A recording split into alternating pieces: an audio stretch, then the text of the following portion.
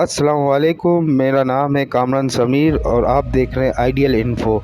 और मैं आपका शुक्रगुजार हूँ कि आपने मेरी वीडियो देखने के लिए वक्त निकाला।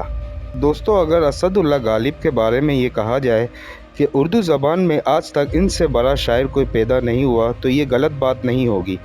लेकिन उर्दू का ये अजीम शायर दिल्ली की छोटी गली में किराए के मकान में रहता था। शायर बेइंतहा बड़ा था मगर आमदनी सिफर थी। तमाम तर गुज़र बदर इमदाद और कर्ज पर था। मिजाज का बादशाह था, लिहाजा अखराजात शाही थे। लिबास शानदार पहनता था, दस्तरखान वसी था और शराब और जुए का आदी था। गालिब की ज़िंदगी में कोई भी ऐसा दिन नहीं गुजरा जब उसने किसी से कर्ज ना लिया हो। गालिब 15 फरवरी 1969 में वफ़ात पा गया, लेकिन इसके ज़िम्मे कर्ज़ आज भी वाजिबुल अदा है। जब भी गालिब पर कोई मज़मून लिखा जाता है तो इसकी कर्ज़ों की तफसील ज़रूर बयान की जाती है। गालिब की ज़िंदगी माशी अहमियत की बहुत बड़ी मिसाल है और ये मिसाल साबित करती है कि पैसा शायरी और अदब से बहुत ज़्यादा ज़रूरी होता है। अगर ये गालिब के पास भी ना हो तो वो भी बेचारगी की मिसाल बन जाता है। और पाकिस्तान इस वक्त मजमूई तौर पर गालिब की सूरत हाल से गुज़र रहा है। हम बेशक गालिब की तरह बासलाहियत है। हम दुनिया की पहली मुस्लिम एटमिक पावर हैं। हम आबादी के हिसाब से दुनिया का 5वां बड़ा मुल्क हैं और अब दुनिया के किसी भी कोने में चले जाएं, आपको वहां पाकिस्तानी मिल जाएंगे और वो आपको तरक्की करते भी दिखाई देंगे। कुदरत ने हमें सब कुछ दे रखा है। आप दुनिया की बड़ी मादियात की फहरिस्त बना ले, आपको वो इस मुल्क में ही मिलेगी। हमारे मुल्क में 1.5 घंटे की फ़्लाइट के फासले पर ही एक ही वक्त में 50 डिग्री सेंटीग्रेड और -50 डिग्री सेंटीग्रेड 2 दर्जाए हरारत मौजूद हैं। सिविलाइजेशन भी 9000 साल पुरानी है। योगा तक ने मोहनजोदड़ो में जन्म लिया था।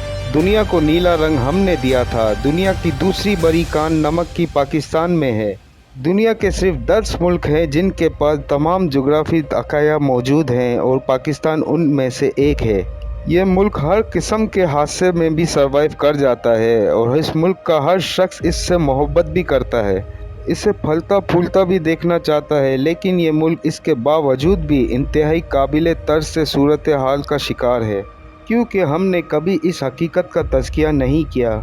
मैं अगर 3 लफ्ज़ों में पाकिस्तान की मईशत को बयान करूँ तो कर्ज़, बेकारी और क़यादत का फुक़दान सामने आएगा और इन तीनों चीज़ों ने मिलकर मुल्क को असदुल्ला गालिब बना दिया है और हम तारीख़ के खौफनाक तरीन बहरान का शिकार हो गए हैं।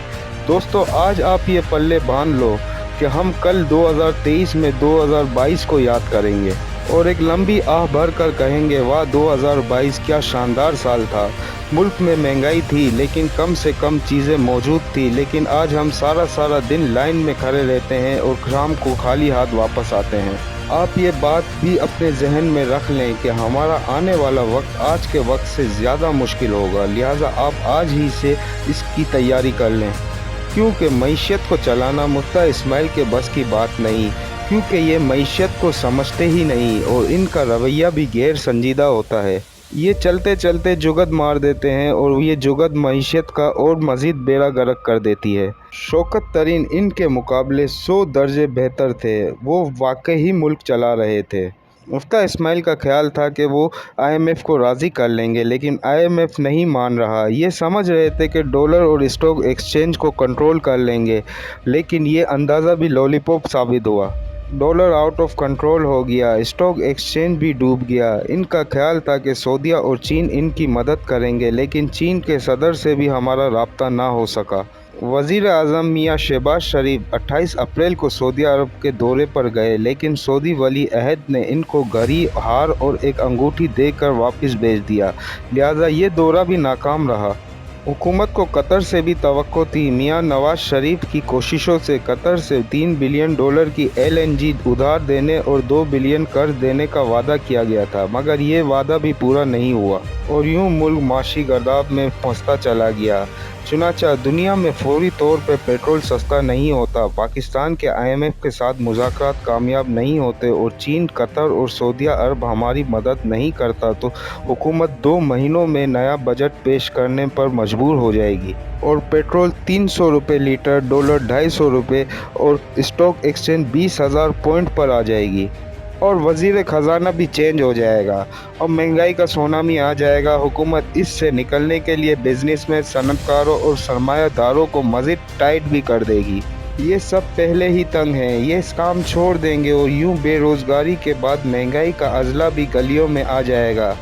मैं आपको डरा नहीं रहा, मैं सिर्फ आपको आने वाले दिनों के बारे में मुतला कर रहा हूँ। प्यारे साथियों, हम इस सूरत हाल से कैसे निकल सकते हैं, ये सवाल अब बहुत अहम होता जा रहा है।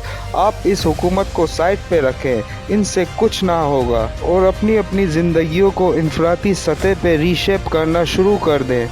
पहली बात ये याद रखें कि मईशत बचत और गुजारे का नाम नहीं होता, ये आमदनी यानी अर्निंग का नाम है। लिहाजा आप फौरी तौर पर बचत से निकलकर कमाई के फेस में आ जाए।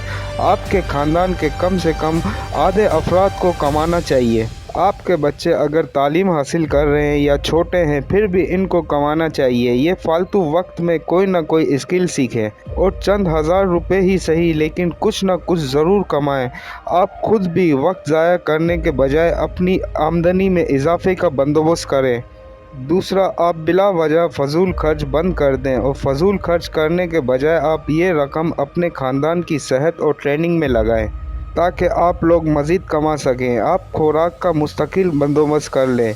अगर आपके पास 4 गाड़ियाँ हैं तो एक इस्तेमाल करें, लिहाजा इससे पेट्रोल की बचत होगी।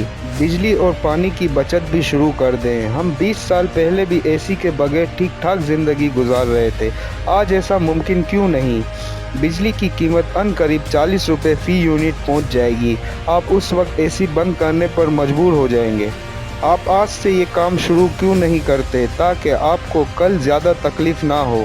और आप अपनी रोज़मर्रा की खुराक के लिए एक काम करें, आप दिन में 3 बार खाना पकाने के बजाय सिर्फ 1 बार पकाएं और जब तक ये मुकम्मल ख़त्म नहीं हो जाता जब तक चूल्हा ना जलाएं। यकीन करें, इस तरह मुल्क और आप दोनों इस माशी बहरान से निकल जाएंगे। दोस्तों, हम सब बदकिस्मती से असदुल्लाह गालिब जैसी ज़िंदगी गुजार रहे हैं। अय्याशी की ज़िंदगी गुजार कर अल्लाह से खुशहाली की दुआ करते हैं और फजूल खर्च करके बचत ना होने का रोना रोते हैं। लिहाजा हमारे मसाइल बढ़ते चले जा रहे हैं।